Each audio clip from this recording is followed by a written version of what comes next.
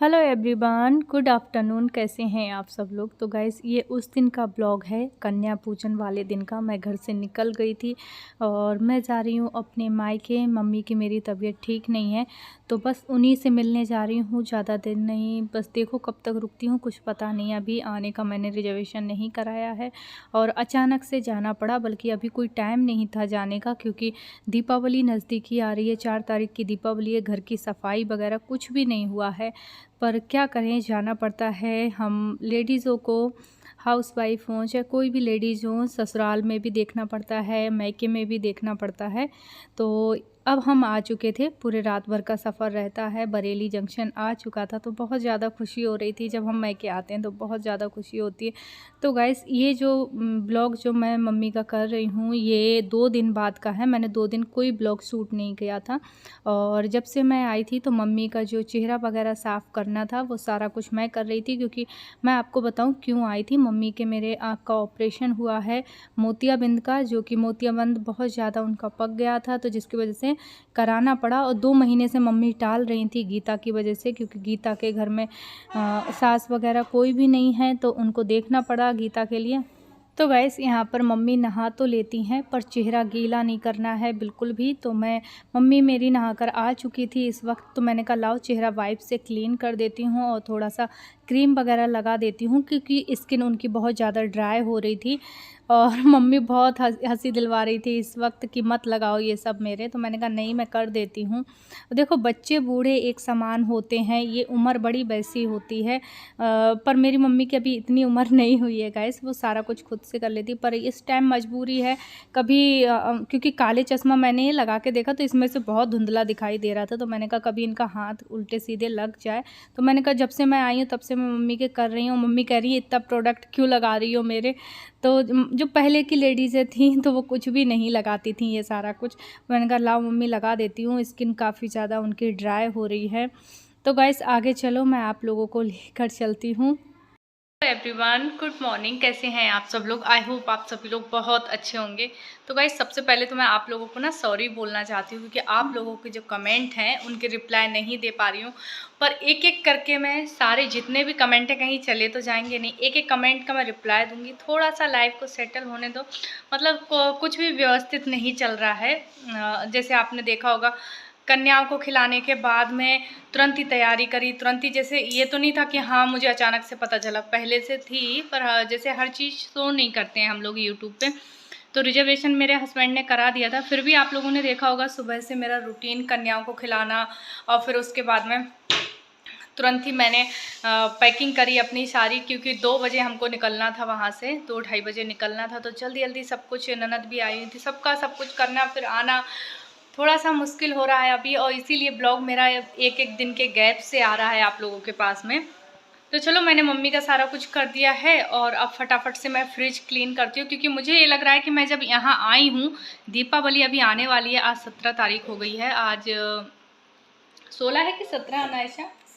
हाँ, आज 17 तारीख है। तो मैं सोच रही हूँ कि मम्मी की जो भी दीपावली की सफाई है वो करके जाऊँ, क्योंकि घर बहुत ज़्यादा गंदा है। 2 महीने से मम्मी यहाँ नहीं थी, और मम्मी थी गीता के यहाँ पे। आप सभी लोगों को पता है, सिस्टर के यहाँ पे उनकी सास वगैरह नहीं है, तो मम्मी को ही रहना पड़ा था 2 महीने के लिए।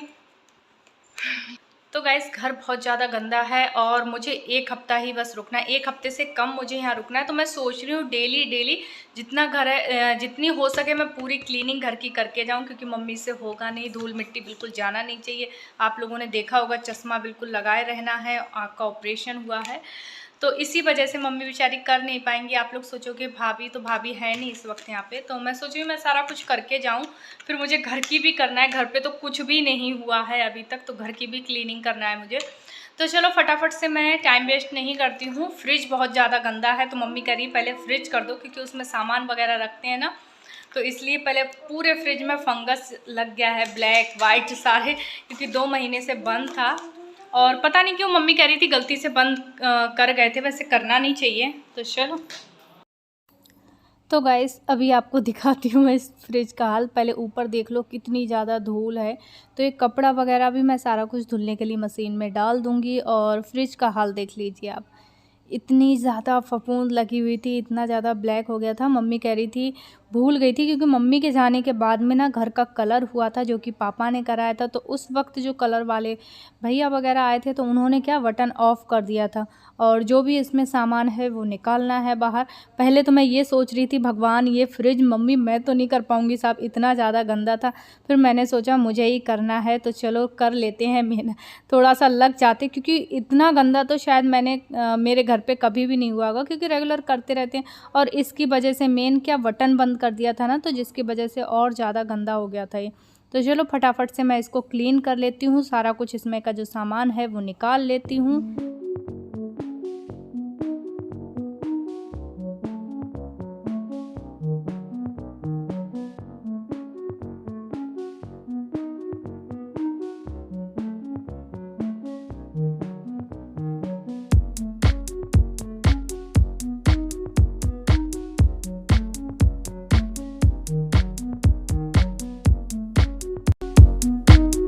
तो गाइस मैंने यहाँ पर क्या किया है, आधा नींबू लिया है और 1 चम्मच भर के मीठा सोडा लिया है।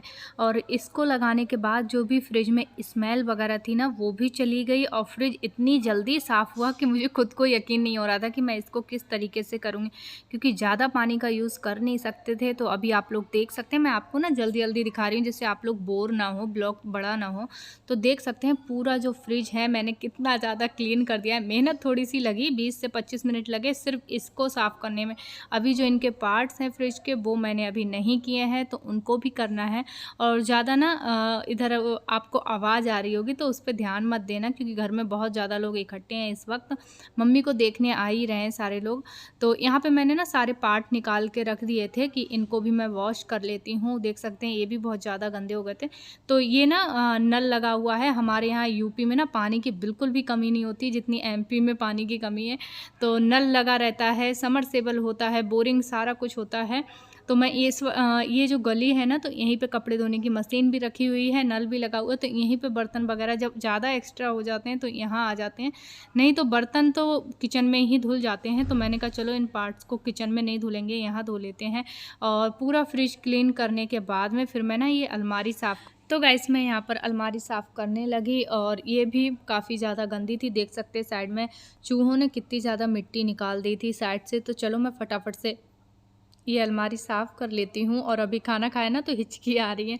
और अलमारी साफ़ करने के बाद में मैं यहाँ पर ये बेड करने लगी, क्योंकि मैंने सोचा कि आप लोगों को ना थोड़ा थोड़ा सा क्लिप दिखाऊं जिससे आप लोग बोर भी ना हो और आप लोगों को ब्लॉग भी शेयर हो जाए मेरा। तो यहाँ पे मैं पहले सूखे कपड़े से सारी डस्टिंग कर रही हूँ। यहाँ पे ये बर्तन वगैरह सारे किचन में लगाए जाएंगे।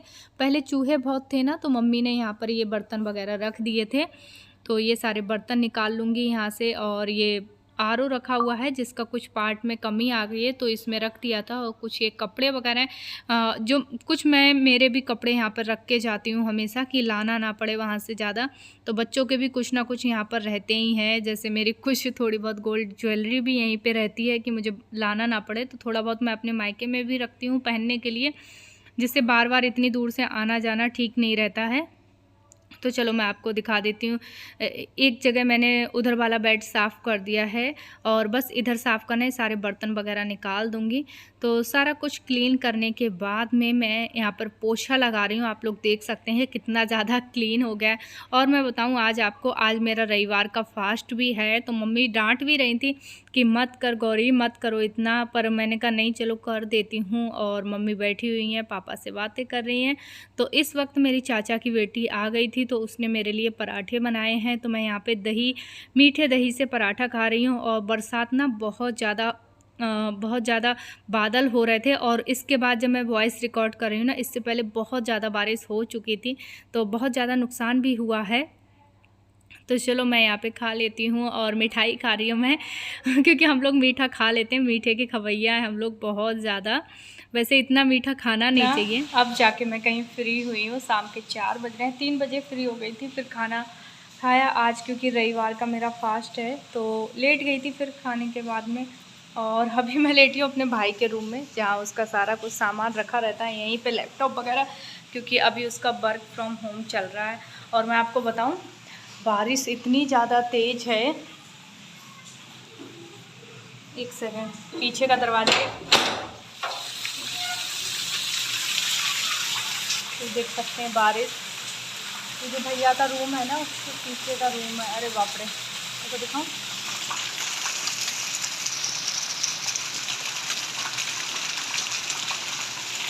पानी काफ़ी ज़्यादा तेज़ है।